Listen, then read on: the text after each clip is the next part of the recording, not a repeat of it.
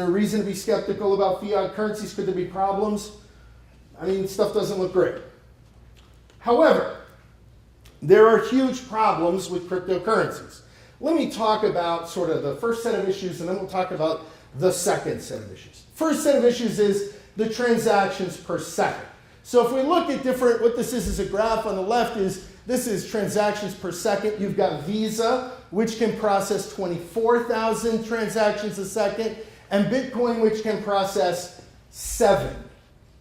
This isn't going to necessarily go up in speed because, as I mentioned, the blockchain keeps a permanent record of things. So over time, it gets bigger. Right now, it's between 125 and 150 gigabytes. Depending on your internet connection and the power of your computer, this might take you a day to download. This is a really big issue. And that's, you haven't even processed it, you've just downloaded it. It's only going to get bigger because everything on the chain is permanent. As we move to the left, there's other cryptocurrencies, Ethereum, which is sort of like if we were thinking about Bitcoin and Ethereum as VHS and beta. In many ways, Bitcoin is probably the Betamax and Ethereum is VHS, in so much as they're allowing other coins to be built on their platform, and they're allowing for a permutation and proliferation of other kinds of coins that use their blockchain as the back end. But then you've got other ones that are still pretty low. Ripple is 1,500 transactions a second. Ripple is more for international cross-border payments. If you look at payments between banks and international entities, these are often very slow. That's not really a cryptocurrency as much as it is a way to increase processing of payments, often between financial institutions anyway, not necessarily between individuals.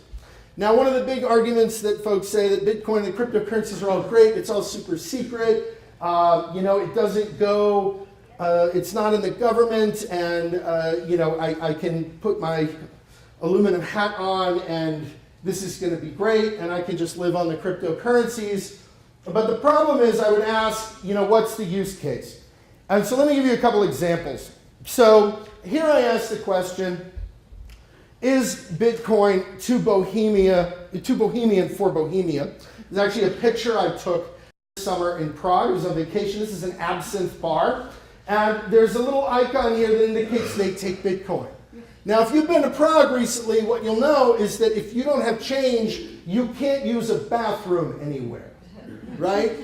If you don't have cash, you can't buy water, right? You still need to pay for cash for all kinds of things, but at the absinthe bar, you could use your Bitcoin. This indicates, I think, that this is still very much sort of a fad kind of thing as opposed to something that's really useful, right? And I would also point out that this is not exactly new technology. Earlier before we started, someone asked me, I'd love to know where this came from.